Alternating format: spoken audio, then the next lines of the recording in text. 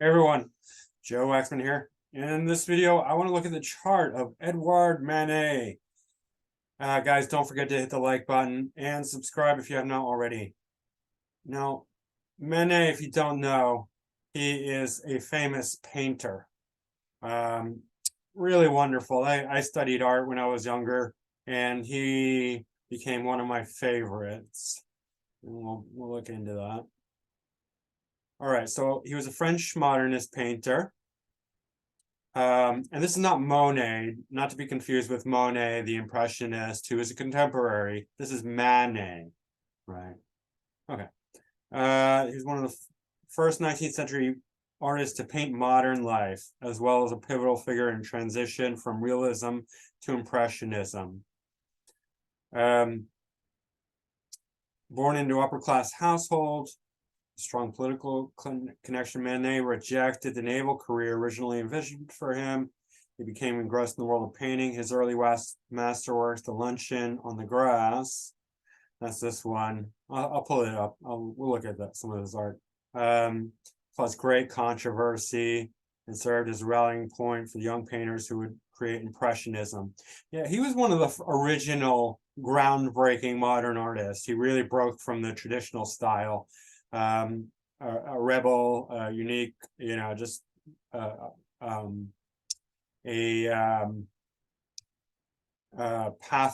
path maker, pave maker.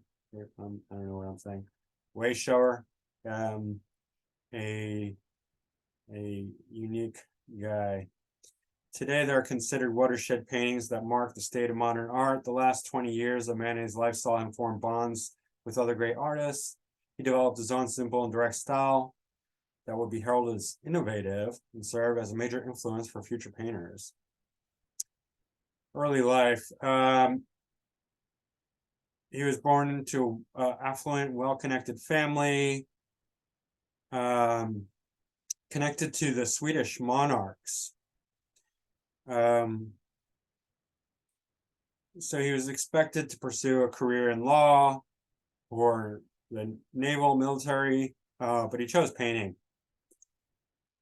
And so he started studying painting, and he became good at it.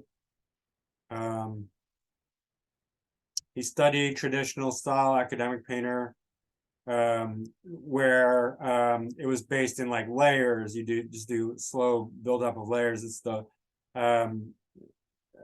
traditional style of painting. He studied old masters, copied them. And so there really isn't like a whole lot about his life that at least that as far as I know, that's very interesting. But his painting and his art is very interesting.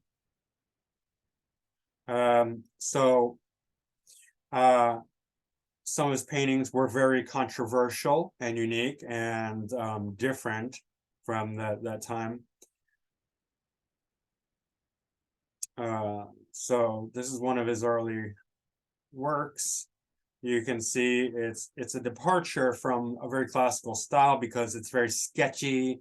It's been characterized as awkward. It combines some of the modern impressionist style of the bright colors, but it's very muted, it's very flat, and it's often gray, a lot of grays and browns. But this is one of his more famous paintings.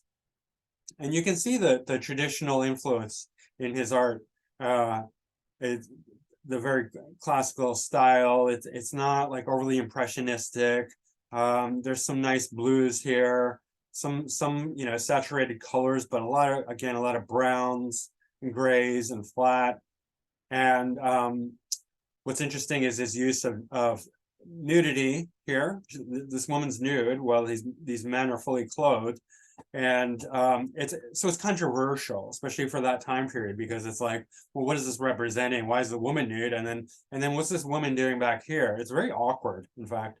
And the perspective is kind of skewed too. It's like we get that this woman is supposed to be further back here, but it just feels a little strange, a little odd, right? The whole thing. And that's kind of like a hallmark of his paintings. Like it's just almost like cutting and pasting things, putting them together. It doesn't quite make sense. It makes you feel a little uncomfortable, but it's incredibly well done at the same time. Like this woman's looking right at you and she's naked. You're looking at her, it's like this weird relationship there. You're like, she's looking at you, you're looking at her, she's naked. These men are fully clothed, obviously having a conversation. They're very, um, in close proximity to each other. And what's going on there? What is this woman doing there? Right. It's very weird, but intriguing at the same time.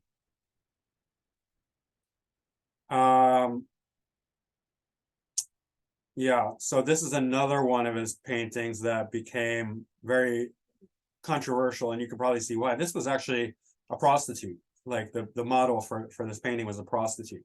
And it's incredibly beautiful, but awkward at the same time, because here's this beautiful woman painted in a kind of flat style. The detail on the hands is exceptional.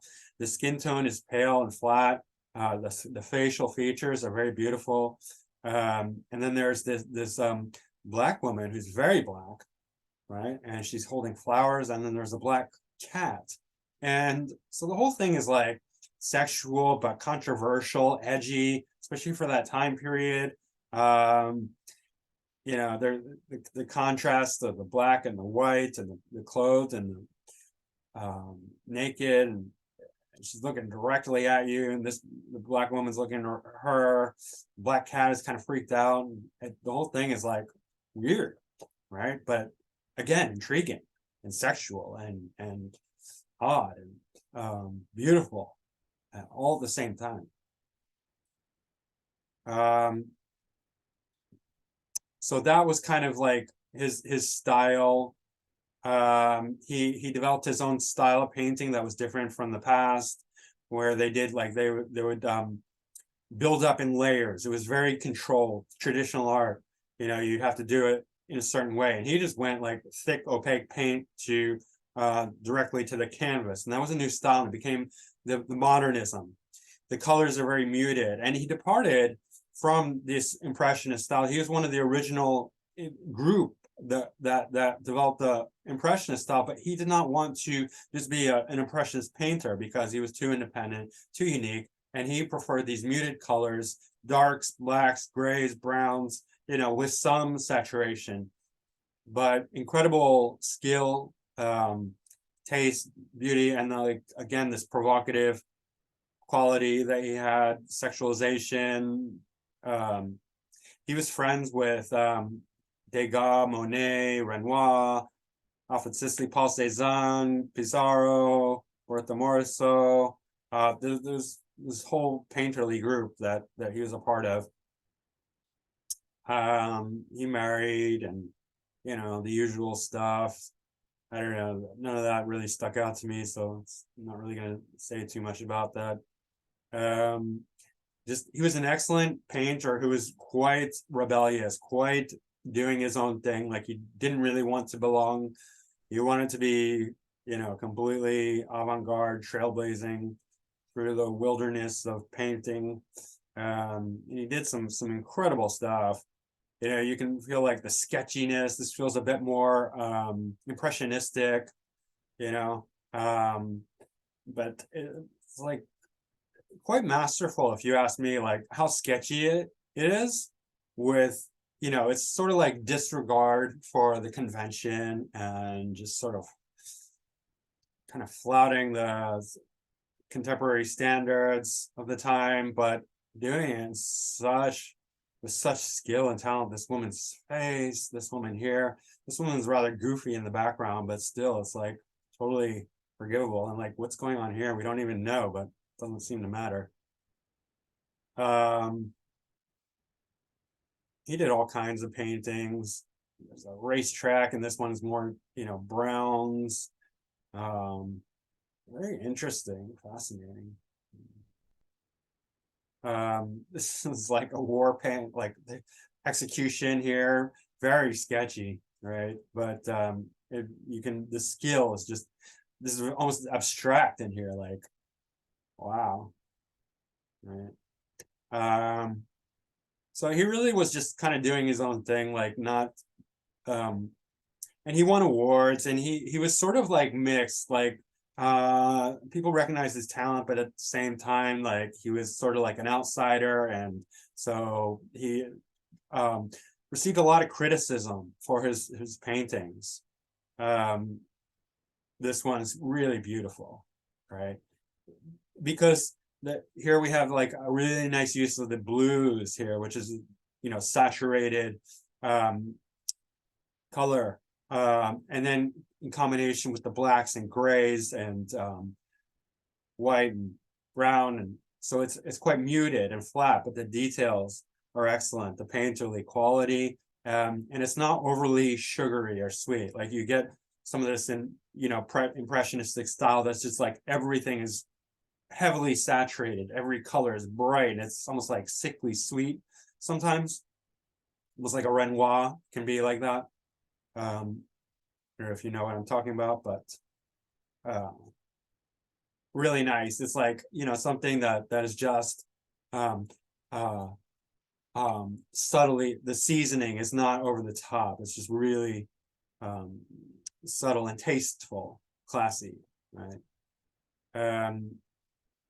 Characters ridiculed Manet's pictures, in which only a few recognize the symbol of modernity that has become today, because they were used to the classical style. So they were judging. That's always the way it is. You know, the critics, the people, the masses, they're always going to look at, like, you know, groundbreaking art, very, you know, with criticism, because they just don't understand it. And it takes time for us to really understand the genius that is, you know, some people have with their art.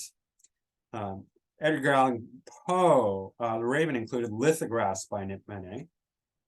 This is one of his last paintings, and this really is one of his finest masterpieces, because I don't know if you can understand this, so I'll explain it to you. This is at a bar. This is a mirror in the background, and this is the so this is the back reflection of this barmaid here, and this is actually represents the viewer. So this is us, right? Like we're looking, she's taking this guy's order, this is us looking at, so it draws you in to the bar, and here's the mirror, here's like all the people in the background we're seeing through the mirror. So it's like we're right there, and we're this guy, and it's almost like we're in a different body, we're in this body. It's quite amazing, and like the skill, the detail, her face, the beauty of it, the relaxed detail of it, the colors are, it's not, you know, there's enough color in there, again, like the classy use of saturation versus grays and browns, darks and lights. Beautiful, like you're just in this picture. It's not too uptight, it's not too hard, not too impressionistic. You know, it's really well balanced, really masterpiece, if you ask me. And that is considered one of his best paintings. And just to give you an idea, if you're not sure about like how great he was, okay, so this painting sold for 65 million. That's quite a nice one. Just give you an idea. 65 million. Beautiful, right?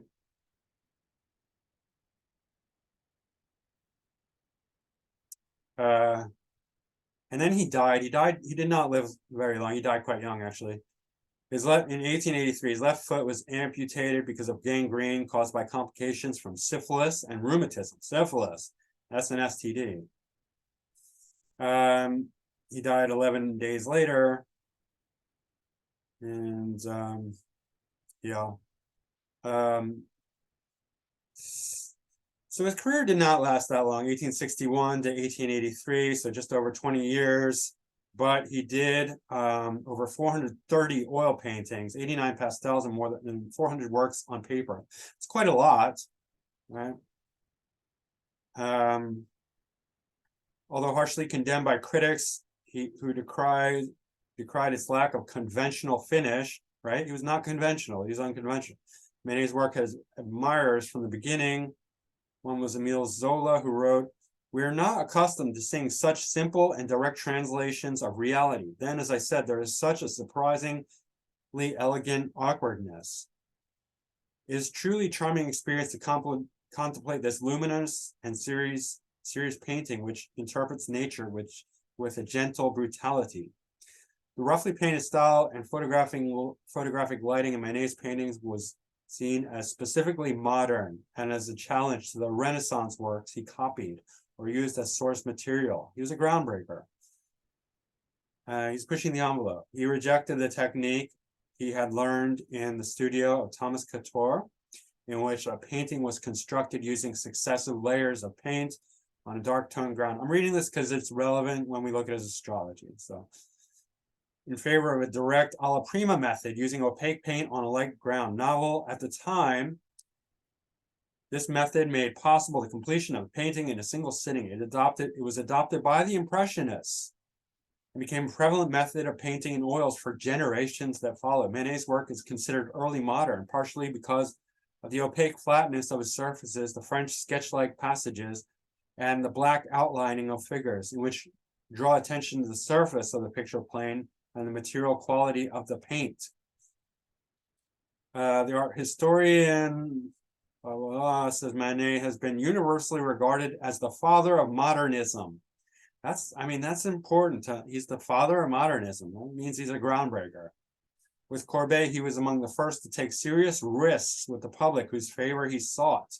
The first to make alla prima painting the standard technique for oil painting, and one of the first to take liberties with Renaissance perspective and to offer pure painting as a source of aesthetic pleasure.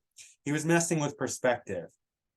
He was a pioneer, again with Courbet, in the rejection of the humanistic and historical subject matter, and shared with the establishment of modern urban life as acceptable material for high art.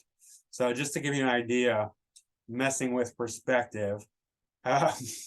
These almost look like a toy figurines, but it's supposed to give it, he's like cutting and pasting. He's not really dealing with exact perspective. It makes it awkward, but he does it with such professionalism and grace and style and skill that it's like, wow, okay. It's almost like surrealism, sort of, not really, but it's like, it makes it awkward, but we can't deny the exceptional skill and talent that goes into his paintings, right? And he had different styles, like the more, black and gray and pale colors to the more light and colorful and impressionistic, right? So he's combining old and new, and sexuality and war and death and all different kinds of things. This one's more impressionistic. This section is very beautiful, very painterly.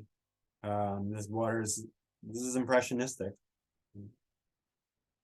So many different styles, but his portraits are really exceptional. The skill in this face is like unparalleled. Is excellent. Right, so fantastic painter. Let's look at his astrology. Okay. Sun in Aquarius and a full-on Aquarius stellium. I guess if you include South Node, but yeah, definitely. Very Aquarian, and so there's that rebellious quality, that groundbreaking novel technique that he brings to art. And sixth house is not a creative house, but it is a very hardworking, very skilled house, very critical house. And so we're getting that's where he, a lot of abilities coming from this, because the hard work, the daily mundane, the rote, just doing something day after day after day, working hard at it, getting very skilled, becoming very critical, very editorial. So craft and things like that, we can all be seen in the sixth house. just, you know, that hard work, that the labor, the intensity, that's all very, you know, going to be seen in the sixth house and the Aquarius for the rebellion. His sun is his ascendant lord. So, you know, the sixth house is very strong for him. Also, in his health, you know, he did not live that long. He was like 50, 60 something, in his 50s. I think he died in his 50s. So really, I mean, he could have had a much longer, more prolific career because he was hardworking and he did a lot if he had lived longer. But, you know, health issues in the sixth house, and that's, I think it's mostly South Node and Uranus that caused a lot of problems, because Sun and Jupiter are not going to be problematic for the sixth house. They're not going to cause a lot of health problems, but South Node and Uranus will. But South Node conjunct Uranus shows genius, brilliance, right? Who has this? Mozart and Henry Kissinger. And Henry Kissinger was a political genius, right? And Uranus does relate to politics as well. But for him, it's just, it makes him incredibly talented and skilled, and also rebellious, and just out of the box, unusual, different, wanting to do like just his own thing, especially with this in conjunct to Saturn, makes him very rebellious. I'll get to that, more of that later. Jupiter is basically more conjunct the descendant rather than the sixth house, because 1 degree from the descendant. But it also, Jupiter on the descendant is also going to reflect back on the ascendant. So, you know, that's quite good. And Jupiter, let's see, Jupiter is ruling well, it's ruling the 8th house cusp, but most of the 7th house and 5th house, right? So it's in the 7th house. So he's getting a lot of, Jupiter will bring success, but in relationships. So he doesn't want to, it's the 7th house needs to involve other people for it to be active. So he's not going to work alone. He's not going to want to work alone. He's going to want to be a part of others' personal relationships with the model, with the other painters, with, you know, the subject matter. He's going to have a relationship going on there, you know, some kind of interaction for him to activate, for him to feel creative, because Jupiter's ruling the 5th house. 5th house is obviously a very creative house. And yeah, anything conjunct the descendant wants those personal relationships in order to make it feel active, right? For instance, I have Mercury in the 7th house. I can't write alone. Like, I can never write in a journal. I need to write to someone. So that's the kind of thing. He needs to feel, in order for this Jupiter to be active, he needs to connect with his subject matter. That's the really important thing. Even if it's an inanimate object, there needs to be some kind of personal connection for this Jupiter to come alive. And that's really important to understand with planets in the 7th house, that relationship there. Right. He's got his moon in Libra, and let's see. Well, there's a really nice sextile to this Mars-Venus, but we'll get to that more later. This is the 3rd house. And let's see, moon is ruling the 12th house. So 12th house is creativity, imagination, right? 3rd house is skills of the hands, right? So that's very important for a painter, anyone who works with their hands. 3rd house activation, 3rd lord in the 5th house, but 12th house of imagination, the creativity. So his mind, his heart, the moon, the emotions, that's all going towards 3rd house. And moon does play a very active role also in the intellect. So it's not just like the emotions, it's also the thinking mind. It's very strongly influenced by the moon.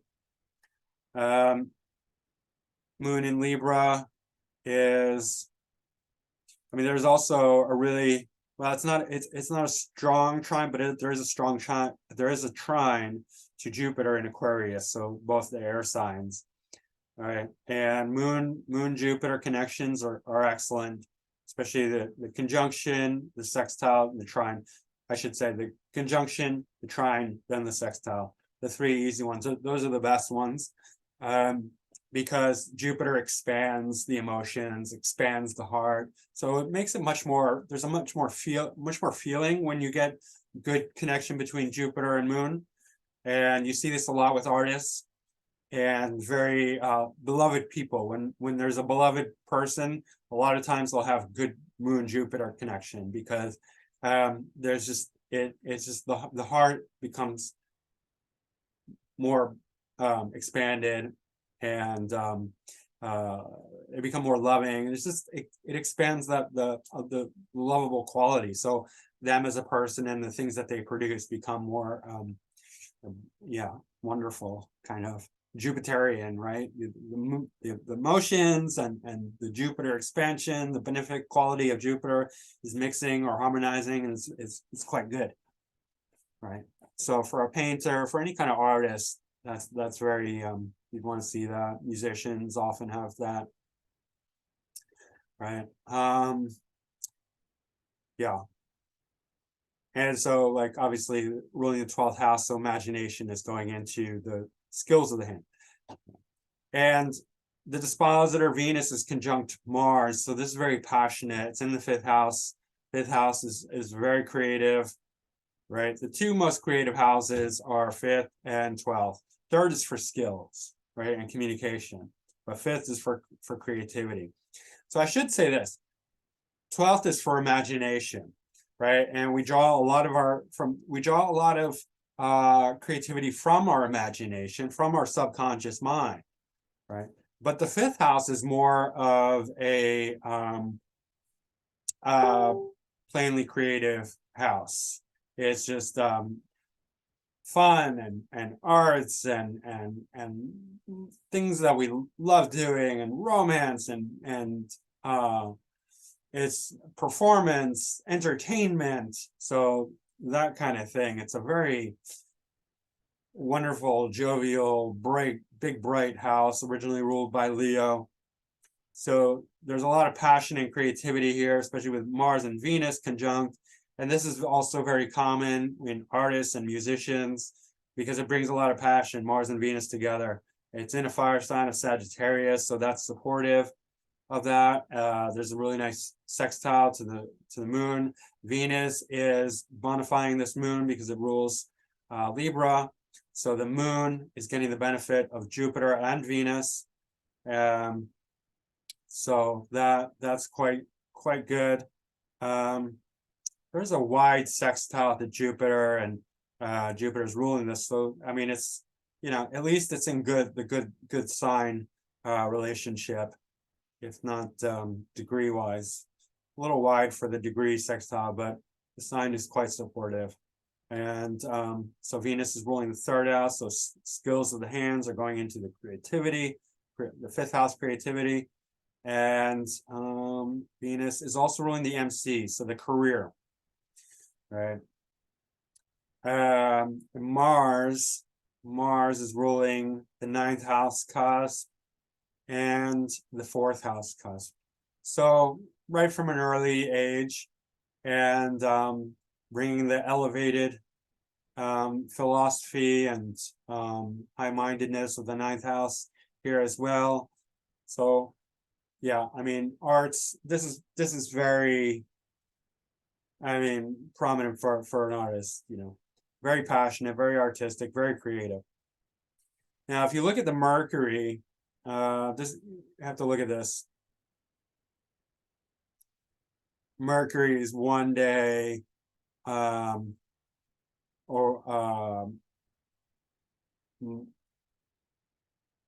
past direct.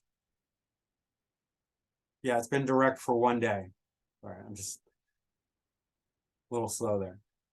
Direct for one day, and it's incredibly slow is the point. 13 minutes, 15 seconds. And that's important to recognize, because I'll tell you why. My Mercury is at 17 degrees. I have a friend in high school who's born 2 days before me. His Mercury is even slower. And I was excellent at drawing. and I went to art school. Because if you have a slow Mercury, then your expression, your skills are, and my Mercury's in Taurus, by the way. So again, like arts and beauty and crafts and all that. From a child, excellent at drawing. I also have my South Node in Taurus. So that's why when I was young, I was much more into that kind of thing. I'm not anymore, but the skill never goes away. The point being, a very slow Mercury is going to give great skills, because Mercury rules communication and skills of the hands. Now, my friend who had an even slower Mercury, excellent guitar player and excellent at very, very accurate drawing. He draws these hyper-realistic, he actually makes these hyper-realistic models of like trash and cans and bottles, and it looks exactly like the thing. You know, that's his thing. He just, this hyper-realism sculptures that are painted and sculpted. That's a slow Mercury. So when you look at the skills that he can produce, that this Manet can with drawing and painting, that's from a very slow Mercury. Not just a very slow Mercury. It's in the 5th house. It's in Capricorn. Capricorn itself, Earth, the slow, steady Earth, grounded. It's part of this grand Earth trine. And not only that, Saturn and Mercury are in mutual reception. Saturn is in Virgo, Mercury's in Capricorn. They rule each other's signs, and they are within the range of a trine and part of this grand Earth trine with MC and Chiron.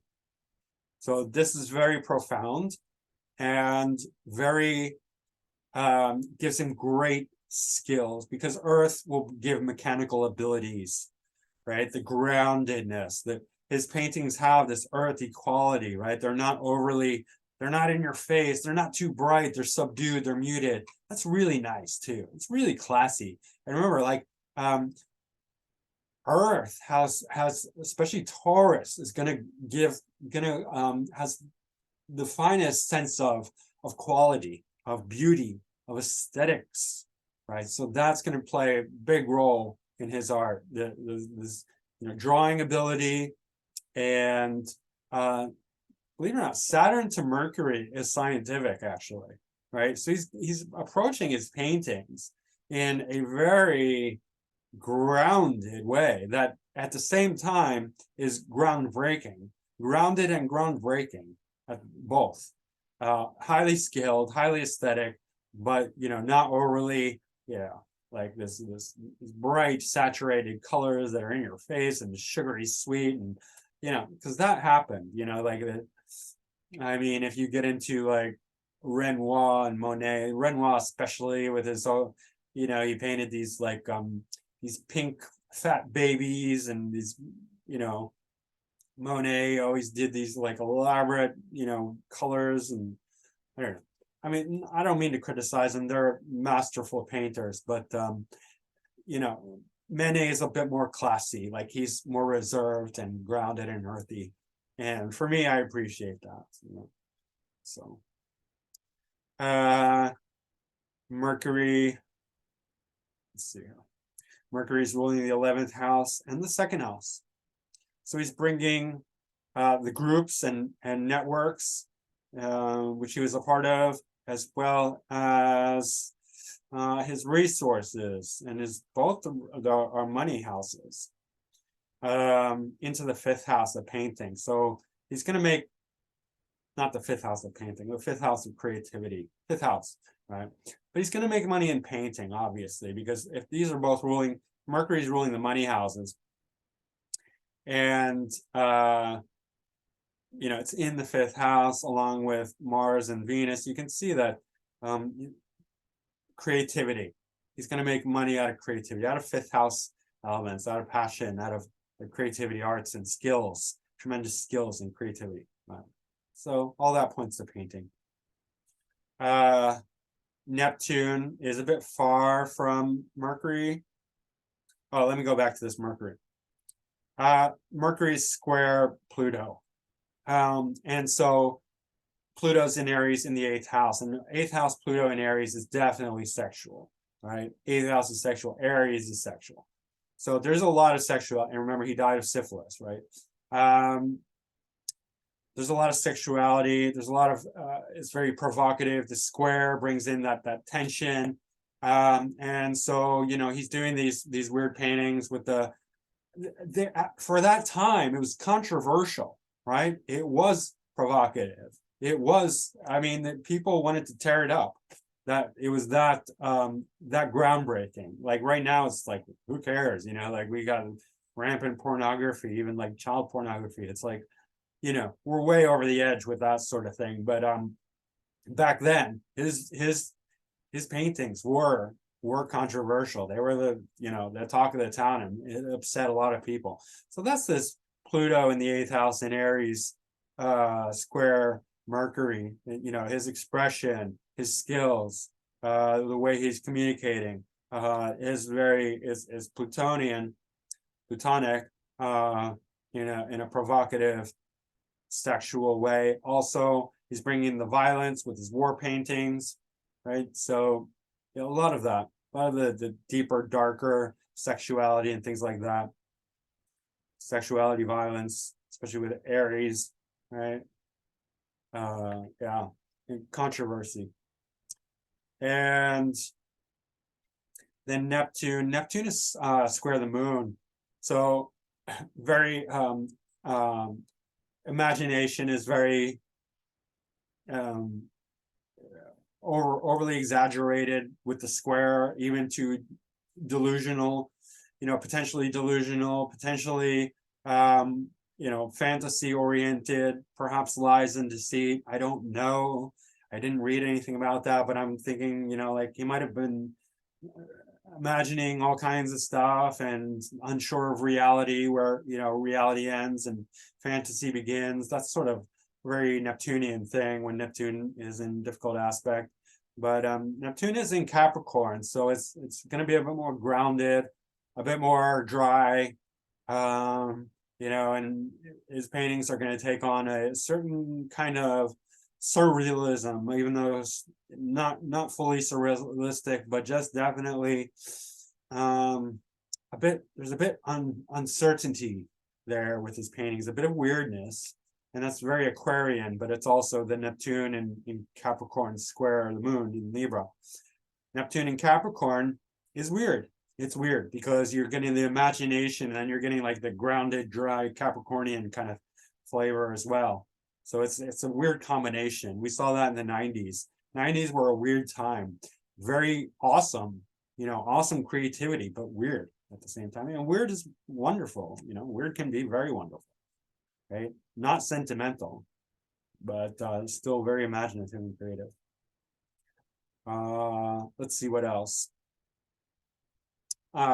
Saturn is in conjunct Uranus, and this is rebellious.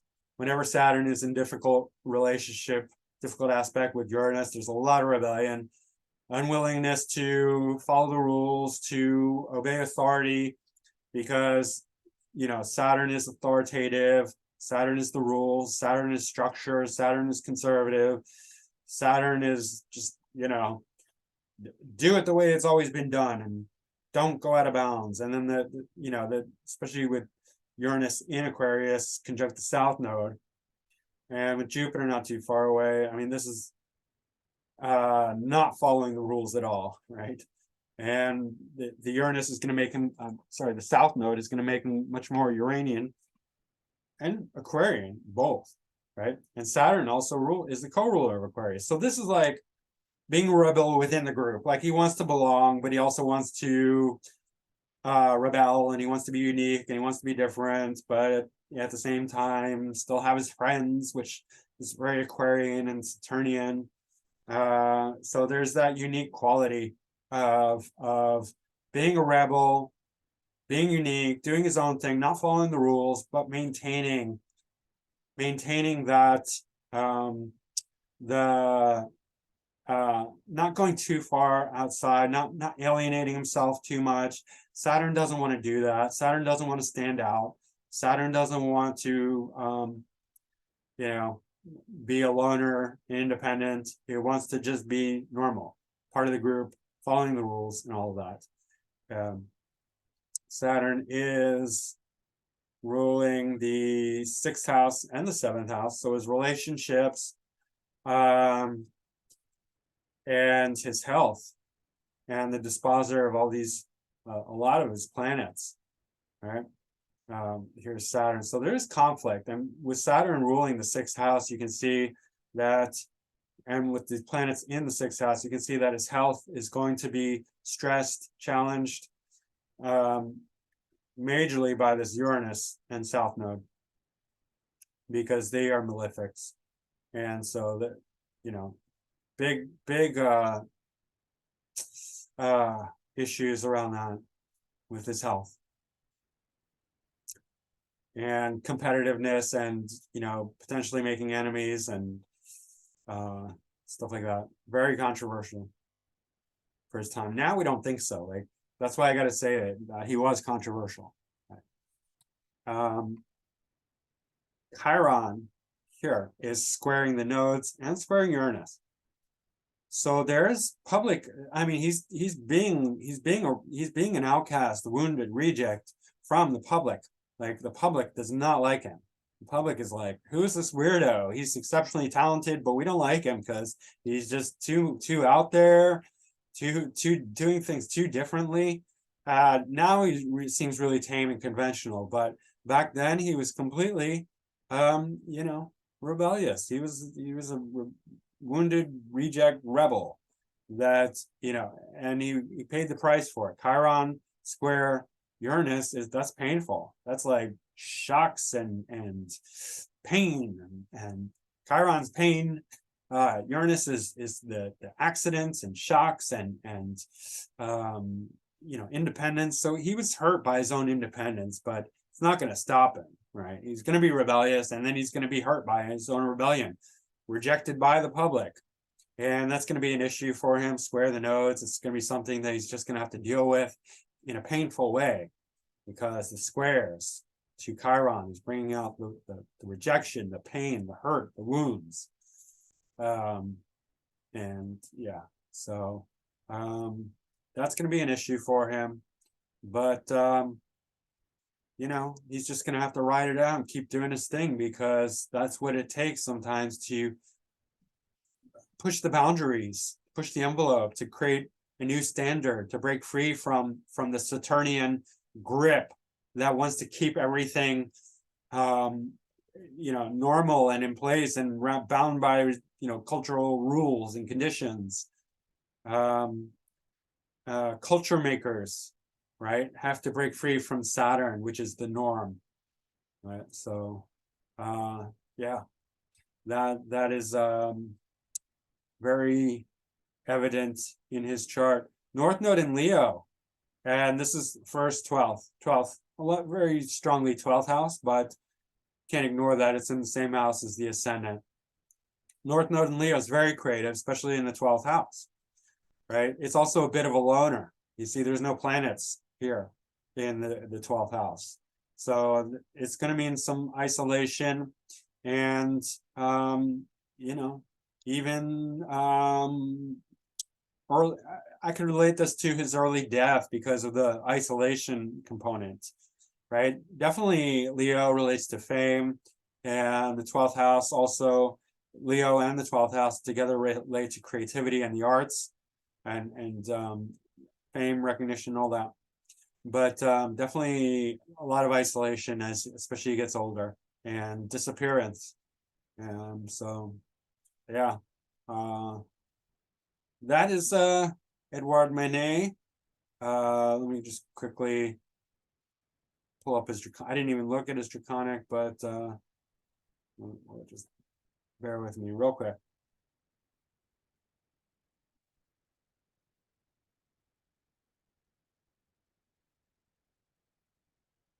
All right. So a lot of 12th house activation, Mars and Venus in Leo, pretty much conjunct the North Node in the 12th house. It's very passionate, very creative. Mercury, remember, Mercury is virtually stationary, so it's a very skilled Mercury right on the ascendant, in Leo again. So very creative. Mercury gains a lot of strength on the angles, especially the ascendant. So this is very strong here. Virgo's Sun and Neptune. Interesting. You know, for again that this Earth trine, Saturn. That you know, Virgo is very hardworking and critical and skilled, analytical. So that's interesting. I mean, it's sort of iconic. Well, it's moving into the second house of you know, voice and resources. I mean, voice doesn't really play into it. Resources, perhaps, knowledge, but it's also still first house. So interesting. Anyway, but it is part of this grand Earth trine.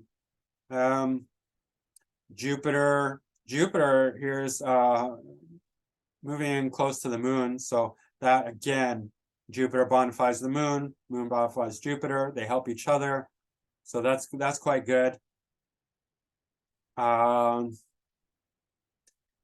Chiron is here in the 5th. I don't know. Interesting. Moon's in Gemini. There's not too much. I mean, ascendant is near Pluto. Pluto would be in the 12th. Ascendant in Aries. I don't know. I'm not really getting too much. Mostly this is really strong here, and then the Jupiter Moon, right? And then the part of the Earth trine, grand trine, accentuating that. So in any case, that's Edouard Manet. Excellent painter. One of my personal favorites. So, all right, guys. I hope you enjoyed that. And please hit the like button if you did. And subscribe if you haven't already. Leave a comment down below if you like. And book a reading with me. My website is macroastrology.com. And my email is macrogoldmachine@yahoo.com. Thank you. Bye.